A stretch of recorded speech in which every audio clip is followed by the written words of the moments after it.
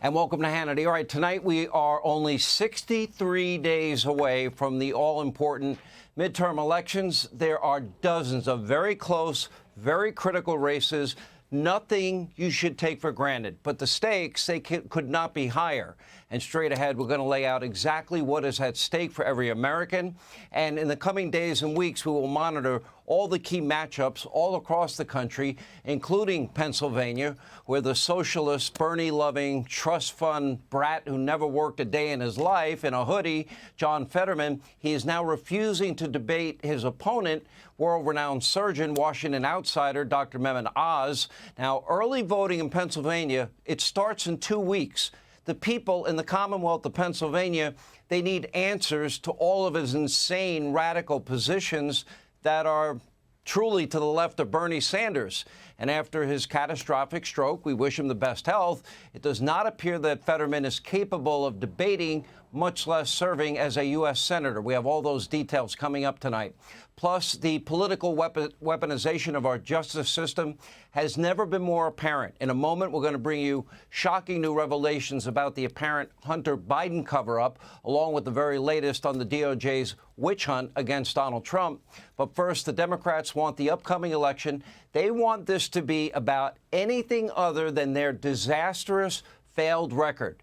They now want to shift the public's attention to all things Donald Trump.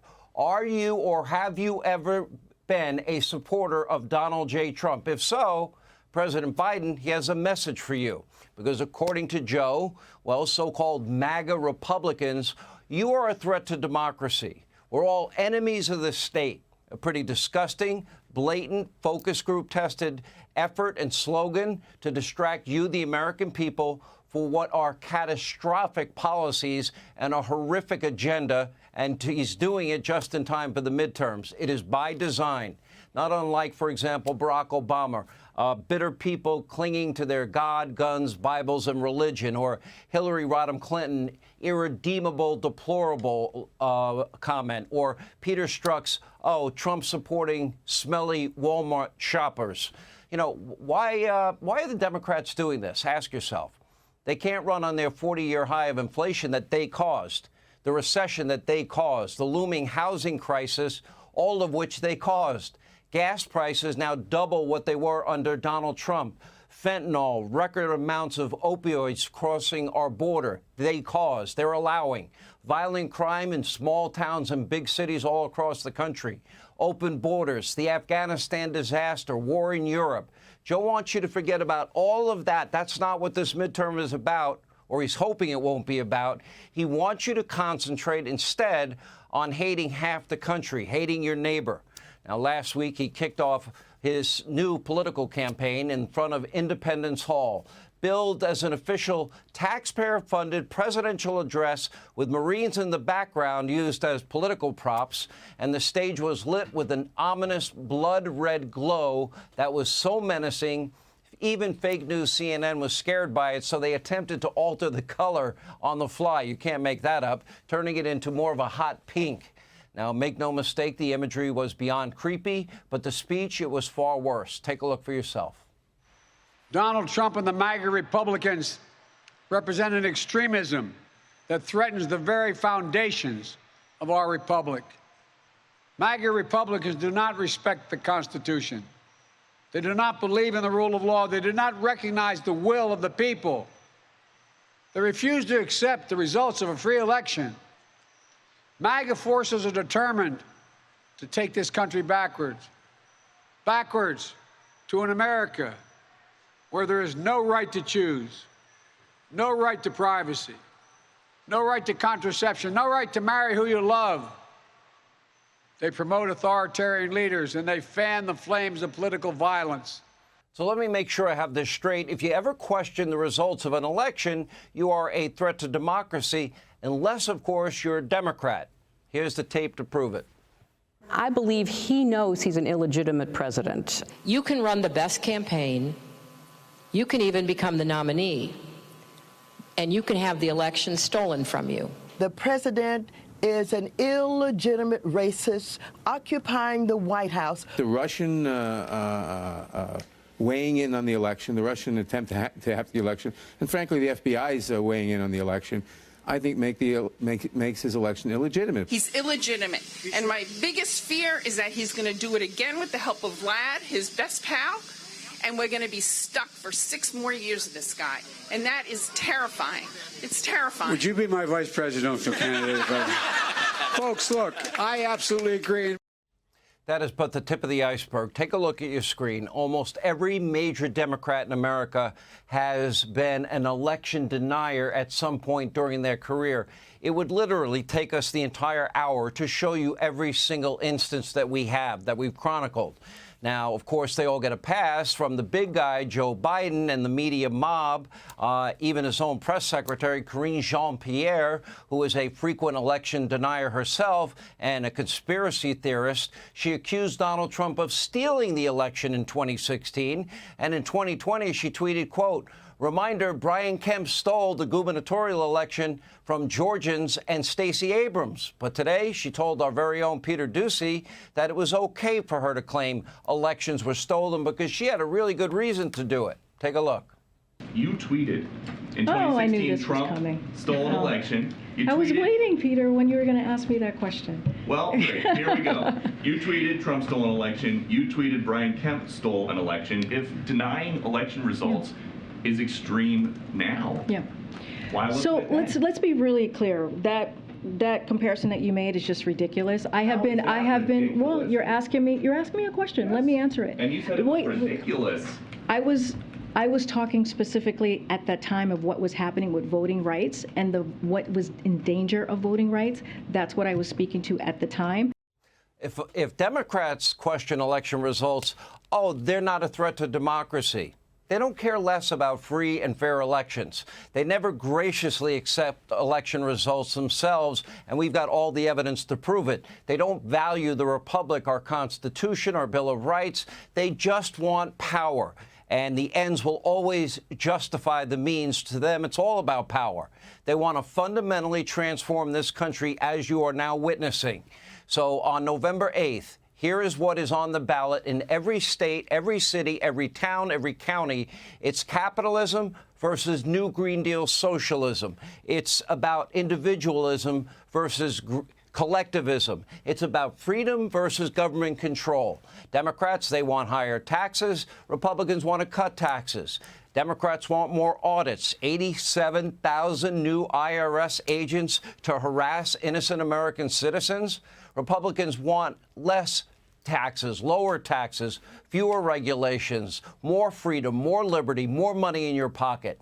Democrats want climate alarmism, Green New Deal socialism. They want to drive every part of their agenda. Republicans, what do they want? Energy independence, energy dominance, so we could even help our friends in Western Europe that now are approaching the highest prices they'll ever pay for winter heat ever in history. All of the above. That's what Republicans support in terms of energy. Democrats, they want to defund, dismantle police departments. They want zero bail. Violent criminals, they allow back on the streets, open borders, sanctuary cities, sanctuary states. Republicans believe in law and order and safety and security for every American in every town and every city. They want our borders secure like they once were recently. They believe in peace through strength. They want classrooms that teach reading, writing, math, science, history, and computers. Republicans also want to conduct oversight on a federal bureaucracy that has been weaponized against millions of Americans. Make no mistake. It is time for you now. It is after Labor Day. The summer's over. To get engaged, get involved, get motivated. We will get the country we deserve at the end of the day. This country is not in a good place by any measure. Now, if the tiny crowds at recent Biden events, as you can see there, wow, he's really getting people out to show up for his events. If they're any indicator, Americans know just who to blame. It's not so-called MAGA Republicans. This weekend, we caught up with a few Trump supporters. They were at a rally that was packed in Pennsylvania with thousands outside the arena because there were no more seats inside. And here's what they had to say about Biden's dark and ominous rhetoric. Take a look. To quote Hillary Clinton, I think the speech was deplorable. After that despicable speech by the president with the blood red background in the Marines threatening half the country, I felt it my duty to be out here. If anybody's a clear and present danger to democracy, it's Joe Biden. That's the only person, and the whole Democratic Party. I don't listen to him. He's a mouthpiece. That's all he is. I never listen to anything he says. To call basically 50% of the country that type of language, I think that's shameful, absolutely shameful. Look at gas prices, look at food prices, look at everything that's going on. It's not good.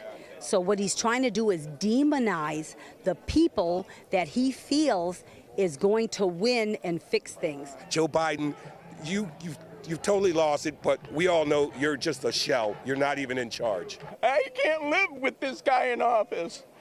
I can't live with him in office anymore. I'm being buried. I can't pay my bills. I can't do nothing. And I know I'm not the only one.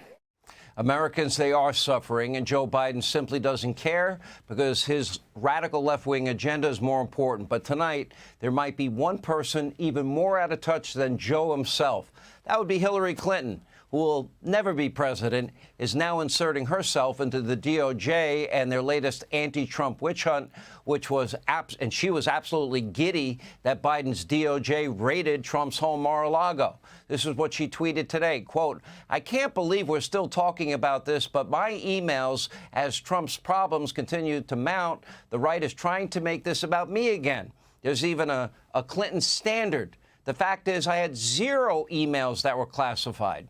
All right, this needs to be addressed. Hillary is lying, but you don't have to take my word for it. Listen to her friend and former FBI Director, James Comey. From the group of 30,000 emails returned to the State Department in 2014, 110 emails in 52 email chains have been determined by the owning agency to contain classified information at the time they were sent or received. 8 of those chains contained information that was top secret at the time they were sent. 36 of those chains contained secret information at the time, and 8 contained confidential information at the time. Although there is evidence of potential violations of the statutes regarding the handling of classified information, our judgment is that no reasonable prosecutor would bring such a case. By the way, that does not include the 33,000 emails she deleted with BleachBit, or the devices that she had destroyed with hammers, or the SIM cards that were removed from the devices she had. Not only did Hillary Clinton unlawfully possess top-secret classified material on her private servers, but somehow much of that material made its way to a laptop belonging to Anthony Weiner, a.k.a. Carlos Danger, who doesn't exactly have the best track record with keeping things concealed and secure and secret. Hey, Sean Hannity here. Hey, click here to subscribe to Fox News YouTube page and catch our hottest interviews and most compelling analysis. You will not get it anywhere else.